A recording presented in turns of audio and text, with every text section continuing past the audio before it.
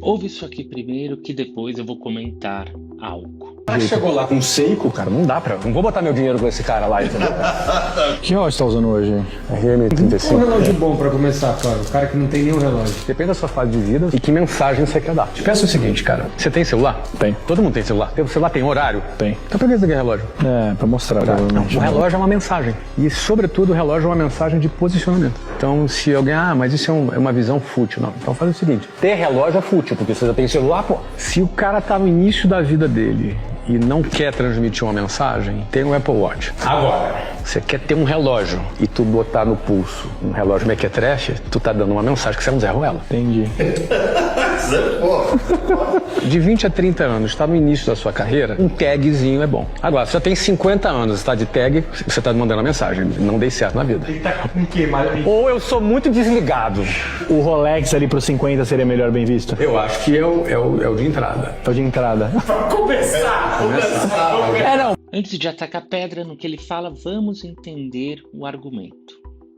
Para isso, a gente vai lá para o começo do século XX, com o famoso fisiologista russo Ivan Pavlov, que demonstrou que é possível associar um estímulo a uma resposta automática por meio da repetição. Ele descobriu isso quando estudava digestão em cães e percebeu que eles começavam a salivar antes mesmo de receber comida, apenas de vê-lo se aproximar e ouvir certos sons associados à alimentação. As marcas e os publicitários, sabendo disso, usam esta ideia do condicionamento pavloviano de forma que os anúncios repetidos com frequência, através de slogans, sons, slogans, criam paulatinamente associações inconscientes entre uma marca com as emoções desejáveis, assim como Pavlov treinava seus cachorros a associar o som da campainha à comida e já começassem a salivar.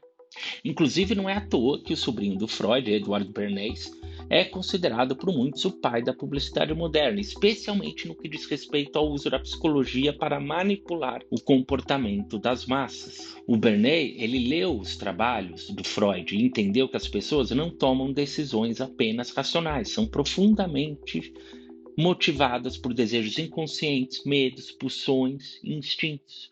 E esse é um dos motivos pelos quais a publicidade e o consumo são tão eficazes em moldar os nossos comportamentos. Agora, você já parou para pensar por que você compra algo? É que nós não compramos algo apenas para satisfazermos as nossas necessidades e vontades. Existem muito mais fatores que nos impelem a comprar coisas, como sinalização de status e pertencimento a grupos sociais.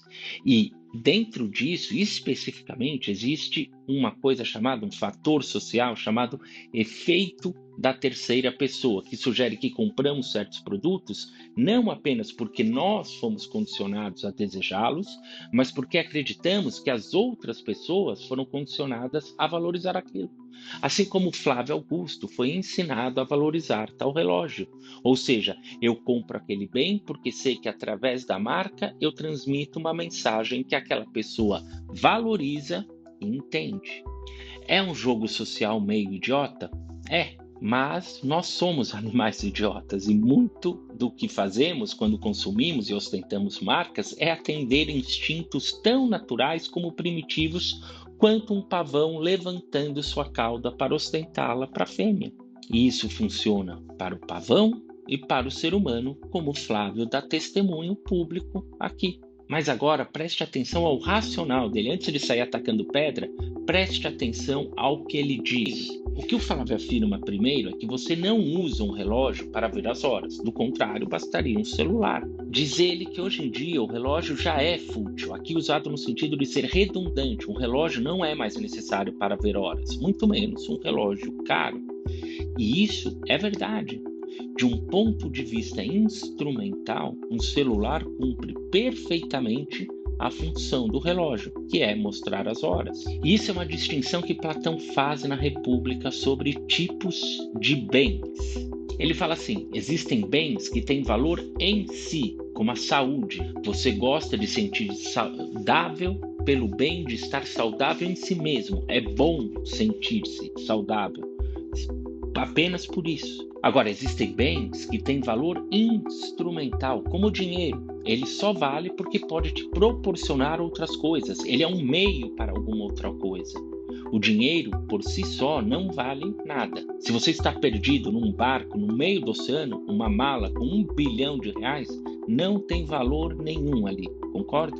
E existem bens que têm valor em si e instrumental ao mesmo tempo, como a educação. O conhecimento que você adquire através da educação é um bem em si. Você pode ter prazer por estudar em si, mas também pode ser um meio para você chegar a outros fins, como ter uma profissão e ganhar dinheiro através dele. Então, o ponto do argumento do Flávio é que o relógio não tem valor em si, ele só tem valor instrumental para sinalizar algo.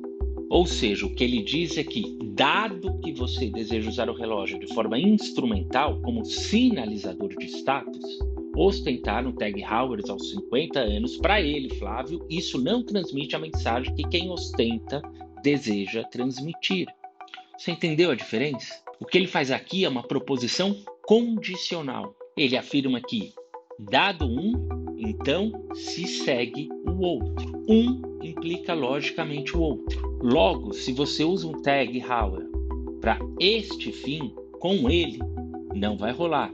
Este é o argumento. Ele não afirma que só valoriza quem usa relógio caro, nem afirma que você precisa ter um relógio caro para ser alguém na vida. Não foi isso que ele disse. Eu estou usando esse exemplo para mostrar que o argumento dele, para além da polêmica, do recorte que certamente ele quer gerar, é consistente e lógico. E obviamente eu não estou fazendo julgamento moral se isso é certo ou errado.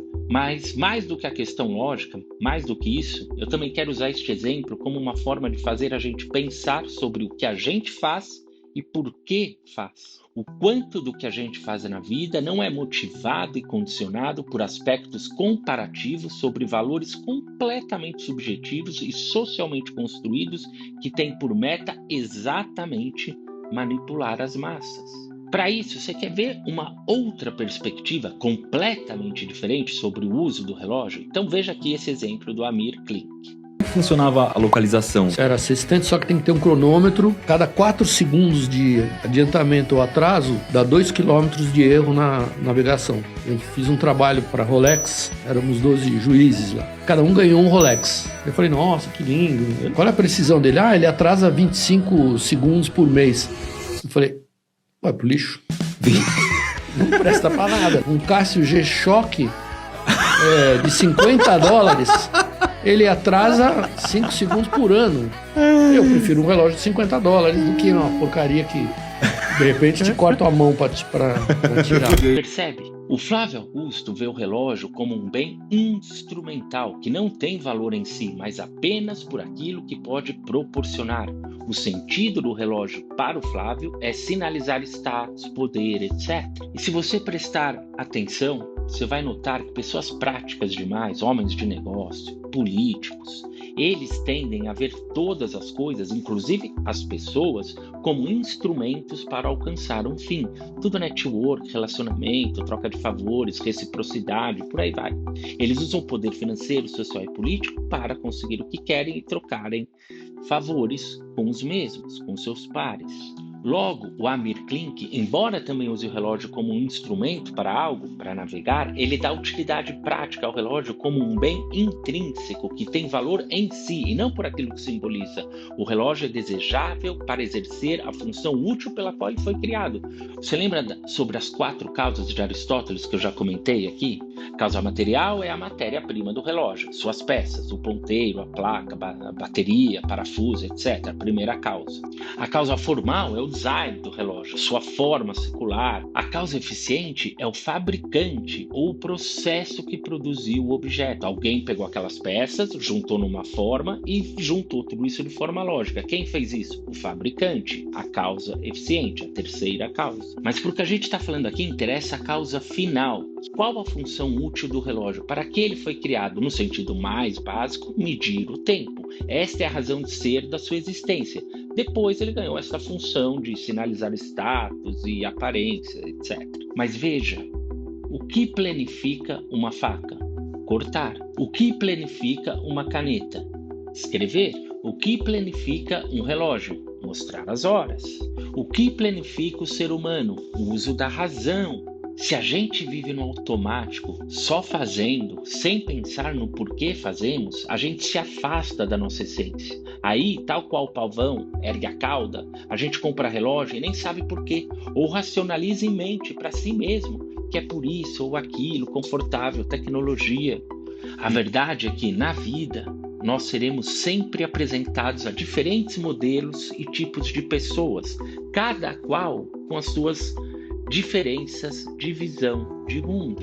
E ao usarmos toda a estrutura da realidade que está ao nosso redor, ao nosso dispor, como um meio para autoconhecimento, nós começamos a entender o porquê desejamos as coisas que desejamos, por que fazemos o que fazemos, por que sentimos o que sentimos e o que isso tudo nos diz sobre a gente. E assim trazemos à tona, pouco a pouco, as nossas motivações inconscientes para o consciente. E vamos ficando mais serenos e nos despindo das desculpas e defesas que damos para as nossas ações. Você evita acidentes porque faz tudo de propósito.